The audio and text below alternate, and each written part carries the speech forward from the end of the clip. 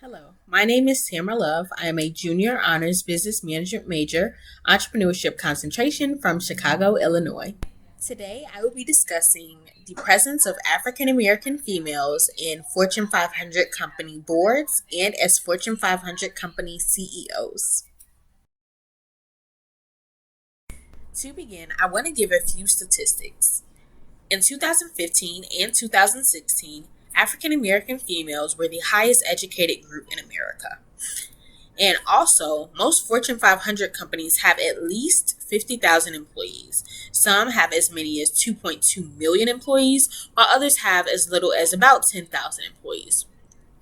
In 2016, while African American females were the highest educated group in America, they made up only 2.2% of Fortune 500 board members. So this is about 122 people. So that means that in 2016, there were some Fortune 500 companies that didn't even have African American board members. And this number grew to 2.7% in 2018. So within 2 years, it grew about 0.5%, which meant an increase of about 30 women. So there are still Fortune 500 companies that do not have African American females on their boards. And as of 2018, not even half of Fortune 500 companies had African American females on their boards. And on average, Fortune 500 companies have a maximum of 2 African American female board members. And as I just stated, some of them don't even have one. So, what does all this information mean? This means that representation for African American females in corporate America is at an all-time low, where we see that many African American females don't have the opportunity to be the face of a given Fortune 500 company, or even have the opportunity for mobility within corporate Fortune 500 companies. And studies show that education does not help bridge the wage gap for African American communities. So this means that even though African American females are going through the steps of gaining more and more education levels, they are still struggling to not only find work, but also be able to get into a position where they're able to mobilize themselves and excel beyond their entry level positions.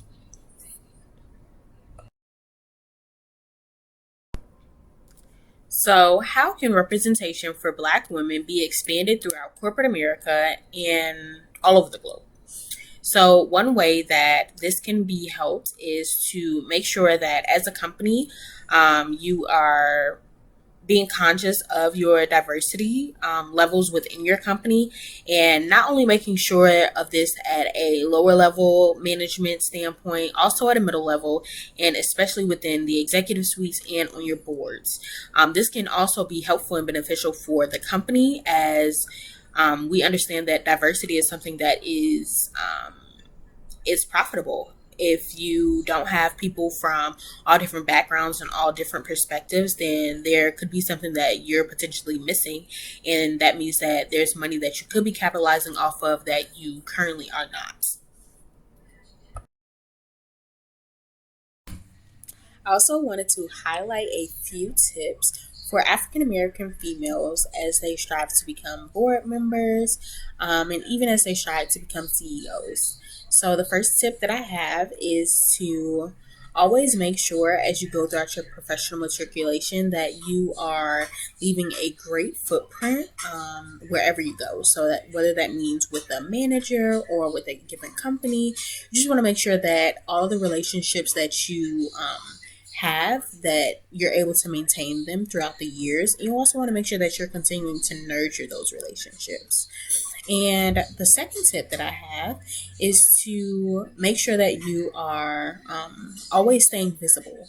So whether that means, you're putting your best foot forward at work, or, your LinkedIn page is always up to date. You're always sharing things. You're always making sure that, people understand who you are, not only as a professional, but just as an individual, and showcasing your highlights.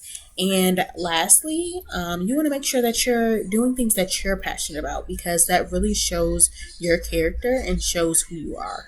So whether that means that you're working for a nonprofit organization, whether you get on the board for a nonprofit organization, and that'll give you some of the skills and help you to understand some of the responsibilities that come along with being a board member, and that could help you in your run for a vacant board member position at a Fortune 500 company. And this can also help you as you strive to become CEO.